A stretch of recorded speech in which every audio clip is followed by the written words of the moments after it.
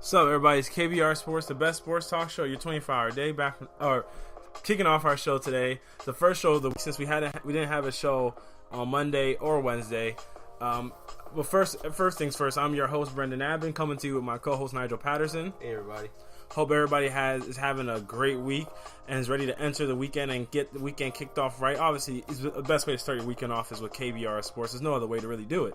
So we welcome those who are tuning into our show and those who are tuning into this past replay of the show that will be available for you all if you follow and subscribe to Spreaker, YouTube, iTunes, SoundCloud, and iTunes, right? And Rabble TV as well. And also, if you go to the KBR Sports Twitter page and follow KBR _sports with the live links and show topics are tweeted prior to every single show, and where sometimes past shows and topics are tweeted to there also, so that you all can stay up to date on anything KBR Sports.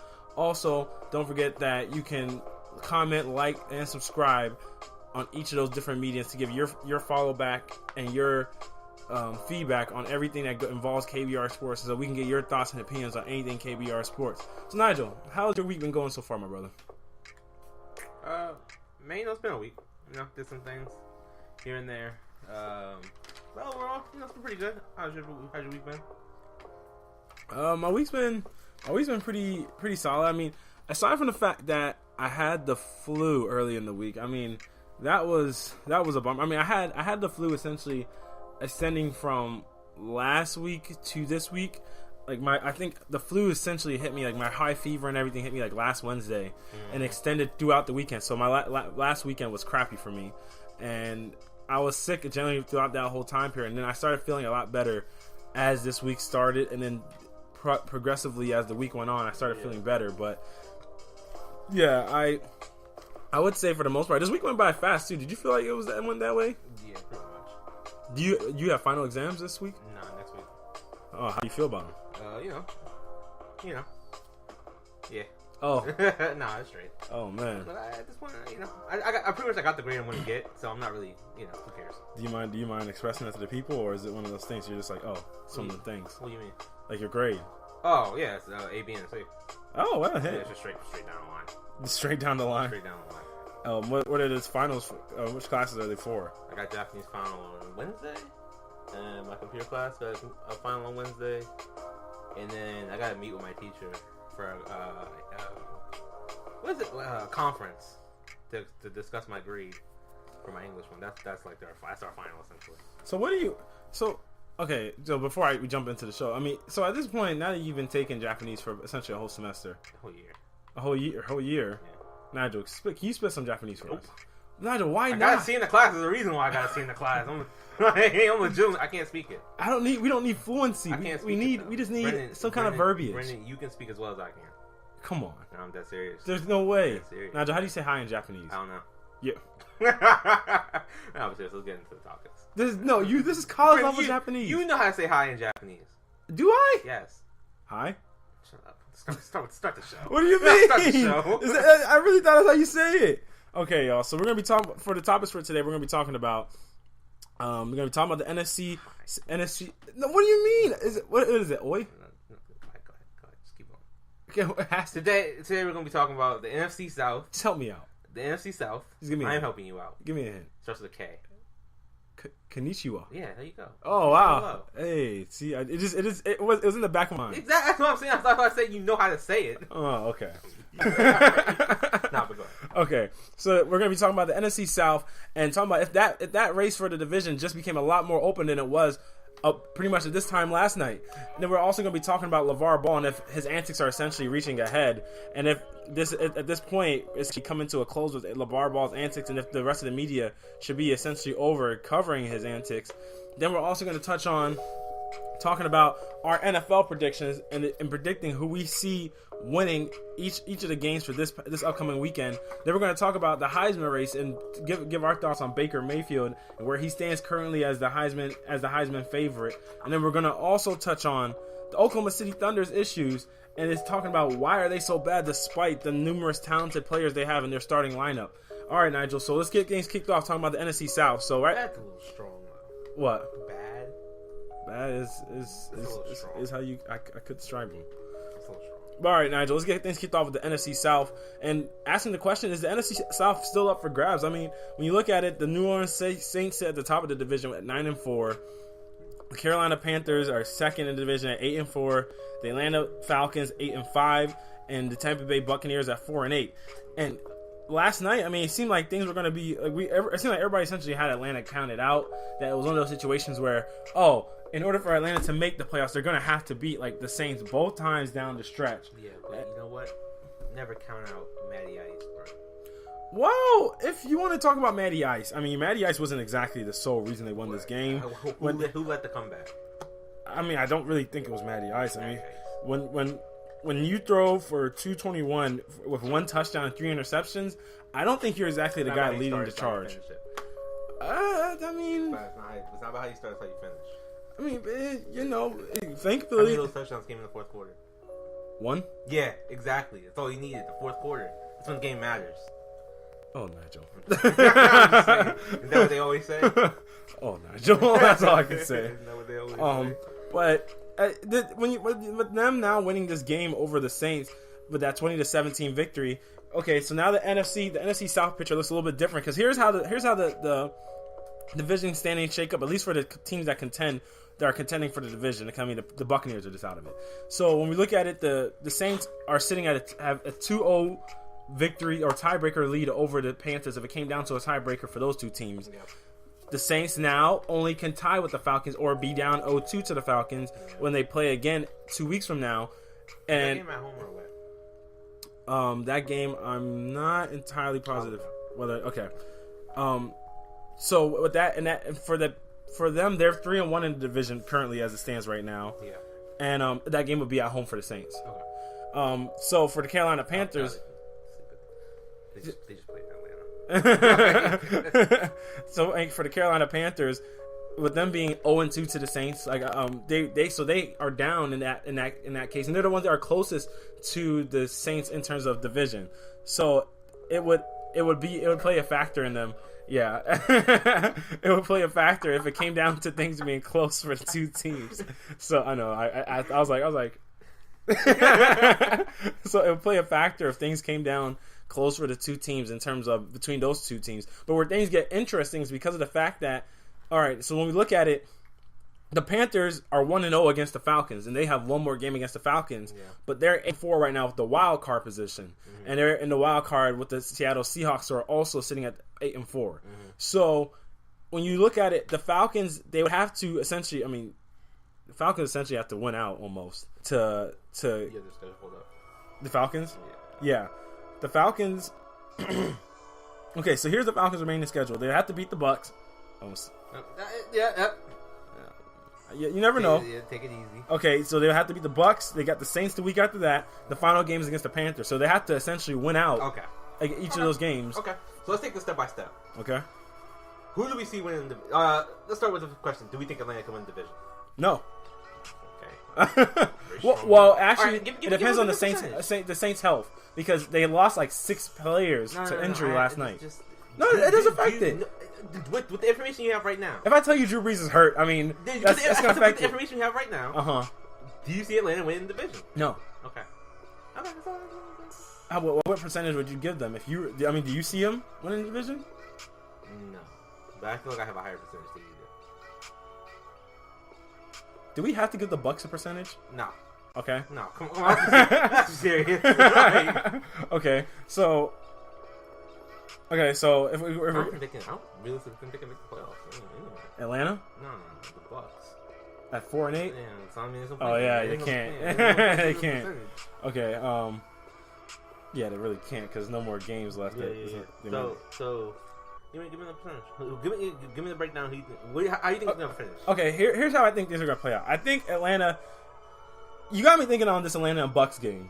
Monday Night Football. Jameis Winston will be playing in that game. It's a trap game. It is a trap game. I do believe it's a trap, but the Bucks have lost every divisional game. It's a trap, and the guy win one. It's my rule. The guy win one. Do they have to win one? I don't know. I feel like the Bucks are essentially just that team that everybody's like, okay, we're gonna get this dub on you. But here's the thing, though. It's 4 teams to beat them. They beat 4 teams. They have beaten 4 teams. Okay, I see the Falcons beating the Bucs. I just see it happen. In New Orleans, beating the Saints in New Orleans is tough to do. Mm-hmm. So I don't see them beating the Saints in New Orleans. Mm-hmm. So that would be, to me, that's a loss right there. Okay. So you don't win out in that instance. Okay. And then your last game against Carolina, you do have it at Atlanta, but sometimes they're just so high up and down. Sometimes for me, it's just that I can't trust them in terms of getting the job done because they can be so up and down. Mm-hmm. So even in their last game against Carolina, I mean, I don't. At this point, would you trust more? Who do you trust more? The Panthers. I mean, I trust the Panthers defense more, but do I trust Matt Ryan or Cam Newton more? What did I say to start this segment? I always trust Matty Ice. So you would trust Matt Ryan over Cam Newton? But, yeah, absolutely. That's not a question. But really, really, to get the job done, to win a division, really. Yeah, I'm being dead serious. You would change. I'm dead serious. I mean, I know you got something against Cam Newton. I don't want to shut up. I'm just saying. I don't. Though. I just you make it sound. I don't love Cam Newton. Like you make it sound like he's not one of my favorite quarterbacks. I mean, you can surprise me. I'm just saying, man. I'm just. Because I like somebody doesn't mean like they don't. If they have faults, I'm not just overlook them. I mean, Matt Ryan has his faults as well. He does have his faults. I'm not a huge fan. Who's a better player, Matt Ryan or Cam Newton? Who's a better quarterback or better player? Who's a better player? Cam Newton. Okay. Better quarterback. No, that plays into it. What do you mean? What do you mean? What do I mean? Okay, if you just take quarterback, what does it mean? Being a better quarterback, like being a better player encapsulates all your skills, yes, and so does being a quarterback. No, it doesn't. No, it doesn't. Quarterbacking is looking specifically at your passing abilities. No, it doesn't. It absolutely does. If Cam Newton can run in and score the touchdown, it counts the same way as if he's throwing it, doesn't it? It does, right? Absolutely does. That part's part of quarterback. No, it isn't. Yes, it does. It doesn't. Who would you rather? You would draft Aaron. Who would you draft? Aaron Rodgers or Tom Brady? You know. You know. And if I ask you, why would you draft? Answer. Why would you draft Aaron Rodgers? Aaron Rodgers. It's wrong. You're wrong. I draft Tom Brady. Shut up. You're just saying that because no, I'm not. Put your Bible. Bible. Buy me a Bible right now. I'll put my hand on it. I would draft Tom Brady. I got an electronic. Tom Brady is the greatest quarterback of all time. I'm going to draft Tom Brady. No, I love me some Aaron. I love me some Aaron Rodgers. Tom Brady. I love me some Aaron Rodgers. I don't believe you. I would draft him second though. I would legit. I don't believe you. I would absolutely draft him second. I would absolutely take Tom Brady first. Tom Brady's the greatest quarterback of all time. Simple as that. Like I'm not gonna pick over Tom Brady. In terms of skill set, don't get me wrong. Aaron Rodgers' skill set. If it was not Tom Brady, I would literally take Aaron Rodgers over anyone else. I swear we had a segment on this earlier this season with you saying Aaron Rodgers was the best quarterback in the league. I don't know what I'm saying that. I absolutely said that. I'm just like times change, bro. What do you mean? What has changed? Tom Brady's continue playing. Aaron Rodgers not playing. I can make a different opinion. Exactly, that happened. But Nigel, Tom Brady's 4 years old. But why, okay, Aaron Rodgers is not playing. Russell Wilson is still playing. Why would you take Russell Wilson over Aaron Rodgers right now? If Aaron Rodgers isn't playing, is he having a good season as Tom Brady is? Russell Wilson? Yes. He's an MVP candidate. So is Tom Brady. That's not what I asked you. No, Tom Brady. No, Tom Brady was your first pick. So I'm not saying Tom Brady, but I'm saying why isn't Russell Wilson the second guy or some other person the second guy? Is Russell Wilson Tom Brady? No. Okay then. Case closed. But Aaron Rodgers isn't playing. He isn't playing. You know what I'm saying? You're saying you would take Tom Brady because Aaron Rodgers isn't playing. I literally said one guy isn't playing. What I profess that I say Tom Brady is the greatest quarterback of all time. That right there, number one. But the reason number one right there. But second reason that follows up that reason. He's not playing. Aaron Rodgers isn't playing. Tom Brady is playing at a high level still. But Nigel, Aaron Rodgers is not playing whatsoever, so there's nothing for us to see. Aaron Rodgers isn't the greatest quarterback of all time. So him and Russell Wilson have similar accolades, except for the fact that they're MVPs. So, except for the MVPs. That's a pretty big one right there. I'm just saying, they both got through. So, I mean, Tom Brady and Peyton Manning, they have similar accolades, well, except for the MVPs. Peyton Manning outpaces him at MVPs. Tom Brady outpaces him in rings. So, I'm saying, it depends on what you hold more. But the thing that matters most, Russell Wilson is a Super Bowl winning quarterback. He's a Super Bowl. Okay. And he was actually a part. I'm not gonna say anything about that. He played a role in it. He did play. I'm not gonna take away like he wasn't great in that. He was good in that. He was good in the Super Bowl. I'm not gonna take that away from him. Back to the. Yeah, we're like again. This whole thing we started this way. And if I had to trust a team as an overall team to get the job done, I'm trusting the Panthers, who already have a game lead on the Falcons, to win. I still can't believe you think Cam Newton is more reliable than Matt Ryan. It's not. Matt Ryan had. Here's the thing. Matt Ryan had that one outlier season. That's what happened. And Matt Ryan at regular is a B quarterback. He's a B quarterback. He had an outlier season. Cam Newton? No, Cam Newton did. But I'm saying, but what Cam Newton's regular, what he gives me as a total package of a player, I would take that over Matt Ryan. I told you, Cam Newton's production is on pace. We talked about it. Yeah, well, Cam Newton's production is already on pace with all the other quarterbacks. If Cam Newton plays at his peak, I get much more from him than I get from Matt Ryan. Matt Ryan plays at his peak. So their peaks, no, I'm not numbers in front of me. Man, Cam Newton had 45 touchdowns. Sam. Matt Ryan had a lot. Yeah. I don't have it in front of me. He had like 37. Close enough, man. That's not.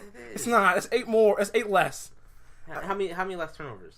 How many less turnovers? Yeah. The turnovers lose me. A lot less. But here's the thing, though. Cam, they both got to the Super Bowl, obviously. Both got to the Super Bowl. Both lost. 38 touchdowns, first of all. Matt, I was 1 touchdown off. I'm just saying, Excuse me. You're trying to short him. They came better, but okay. That was 1 off.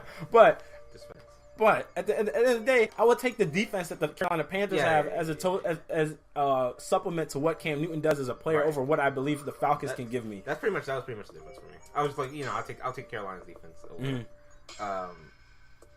the Falcons here and there offense. But can the Saints hold the lead of the division though? Because now this is how it's gonna go down. This is exactly how it's gonna go down. Everybody take notes because how Nigel's listening for you. They're gonna beat the Bucks. They're gonna beat the Saints. They're gonna lose to the Panthers. The Falcons. Yeah. Saints lost 2 of their last 3 games. They're injured. They just kind of got injured. I'm saying they're going forward. Oh yeah. Going forward. Alvin Kamara. I'm saying that's what they're gonna lose on. Alvin Kamara got a concussion. You think Drew Brees is still the same Drew Brees? I mean, what do you mean same Drew Brees? Like the guy that 5,000 yards, 40 touchdown seasons, 13 interception kind of guy. Do I think he can still do that? Sure, I'm probably sure he can do that still. Nah, maybe a little less than that. Maybe not the 5,000 yards part, but I mean, he's still. But I mean, think about it, because this team has just gone in a different direction. Because now they have a higher emphasis on the running backs. That's not a bad thing for Drew Brees. I mean, that just preserves him a little bit, doesn't it? But so then, is it still the same Drew Brees, or is it just a lesser volume of Drew Brees? So now it seems like he's regressed when actually, in totality, their offense has become more balanced. It's a balanced offense. So then, because I see a lot of people after yesterday's game when he throws that pick that essentially gives the ball back to Atlanta with like a minute and 30 left. A lot of people are like, "Oh, Drew Brees still have the clutch gene." I saw one thing. Oh, stop! Shut up! I saw one thing on Twitter. As soon as you say clutch gene, you lose me. I saw one thing on Twitter. I don't want to hear it. Like, you sure? Oh no. Tell me anyway. Okay. I saw a thing on Twitter. Somebody said, "Retweet this if you're a better quarterback than Drew Brees." I had 15,000 retweets. I'm just saying, man. Anytime, as soon as you say clutch gene, let me put it to you this way: there's no such thing as a clutch gene. There's no such thing as a clutch gene. Never going to be a such thing as a clutch gene. There never has been a such thing. Nigel, I think this is a topic for discussion. It's not a topic for discussion. No, it's just no topic. There's no clutch gene. How is there no such thing as a clutch gene? What is a clutch gene? What does that mean? When you perform at your either your regular or at a higher level than what your regular level is in pressure packed situations. How is one play in one bad play? Oh, don't have the clutch gene. If you, for example, Drew Brees. Let's go last night. Drew Brees throws a pick. That's not common for Drew Brees. No, it's not. It's not. It's in a high pressure situation. Is Drew Brees now unclutch? Is that an unclutch play? It's an unclutch play from Drew Brees. Does that make him unclutch? No, I would not say that makes him unclutch. But if somebody shows a continuancy or consistency of doing so, that's not having the clutch gene. That's just your normal performance in that situation. Then. But that shows you don't have the clutch gene. This doesn't think it's a clutch gene. Yeah, it does. It's not. Because if somebody naturally always rises up to the moment or takes their level of play to a higher level in pressure packed moments, then they have the clutch gene. But if one person and throughout the whole game they're able to perform at either a median level of their regular performance or are able to perform at a higher levels or whatever, depending on what the situation is. Quarters 1 through 3. Nobody performs better. Typically, people's numbers don't fluctuate way up in terms of clutch production. Isaiah Thomas. Normally, that's why I said normally they don't. No, but that's what gives you the clutch. Not everybody has a clutch gene. No, I'm saying, so Aaron Rodgers shows up. Those all of a sudden can drive a team down the field in every fourth quarter. Whenever and he also has a ton of times when he doesn't do that. No, that's what I'm saying. It's such a low percentage of wins. Oh, it's phenomenal. It's the best. It's the greatest. But here's the thing, though. It doesn't happen that often. But here's the thing, though. It's not. I think it's an interesting thing people want to hear about, though.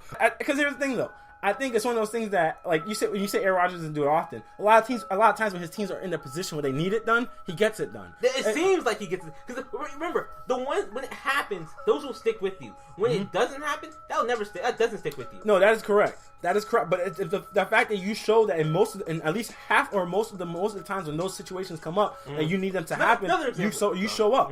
Another example: Kobe Bryant, clutch player, Black Mamba, whatever you want to call it. Remember when he had what was it, six game winners in the season, right? That season, yeah. Remember, you know when the last time? You know when he missed? No. I mean, that's it. Not even trying to go on Kobe. No, I know. After, I think it was after that season to the end of his career. You know what he went in game-winning shot attempts? Then he went like 3 of like. You're wrong. Yeah. He missed his like last 17. It was something like that. But again, you don't remember those. No, you don't. No, that's what I'm saying. The clutching is like it happens so infrequently that when it happens, you're like, "Whoa, look at this!" I don't remember the 2 weeks ago when he threw the interception, but I remember the 2 touchdowns he threw in 5 minutes. Okay, so here's the perfect example: a guy like Kirk Cousins. Sure. Kirk Cousins has been. I don't know. I was going to use a word I don't think I could use, but Kirk Cousins has been riddled through the coals because he doesn't show up in pressure pack moments. Kirk throws interceptions in big moments. Kirk doesn't put his team on top, and Kurt is a stat stuffer in almost every situation. But when it comes to the moments that matter the most, people say Kurt doesn't get it done. And while football, more than basketball, on both ends, you can't control both ends, but you can control. Yeah, you control your play. You control your play. Yeah. So it's like Tony Romo. Exactly. Oh, perfect example. Now, unclutch players.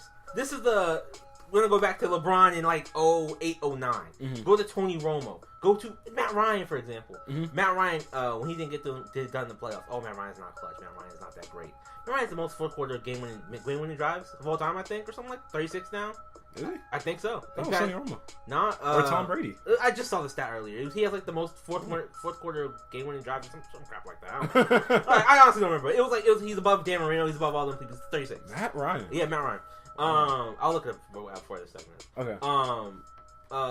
Tony Romo. Remember, he like when in certain months he's super unclutch, but then like other months he's like November. Yeah, November. He's like super hot, unbelievably hot. It made no sense. And it's just like, and then like when you get your unclutch, people always will point to, oh, look at that, he threw an interception right there.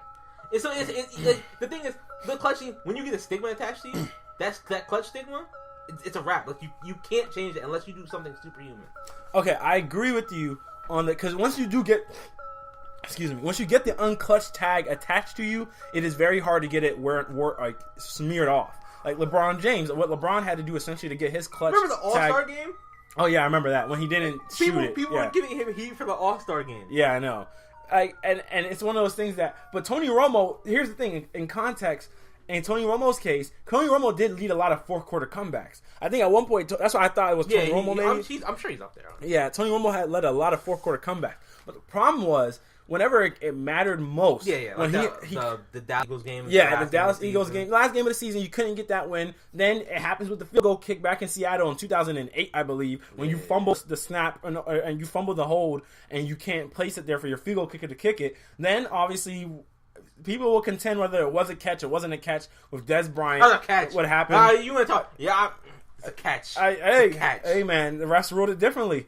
But some people will contend that, and then some people contend the Dallas and Detroit play that happened that game before that, in which they didn't call a pass interference play on that in that divisional game. So there's so many things that go on into it. But at the end of the day, if at more in your career you weren't able to get the job done, most people will deem you unclutch. And with guys like Michael Jordan even admits to it. Michael Jordan will say, "Hey, I've missed a lot more game-winning shots than I've made in my career," but people do remember you for the makes you have. But people also remember these guys as champions, and they remember these guys for not really shying away from taking those shots and trying to take on that responsibility.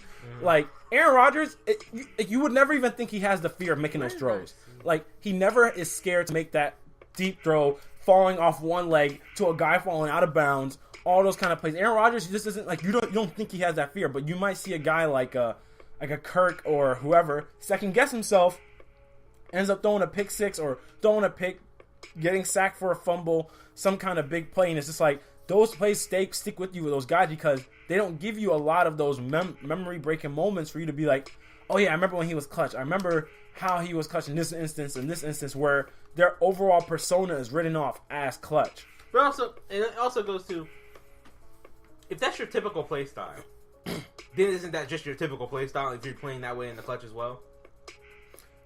Well, no, it's not, because if LeBron, or sorry, let me keep it in the realm of football. But if Kirk Cousins has a 65 completion percentage quarters 1 through 3, and literally till half of the fourth quarter or whatever, essentially in the fourth quarter, then his completion percentage drops down to 58%.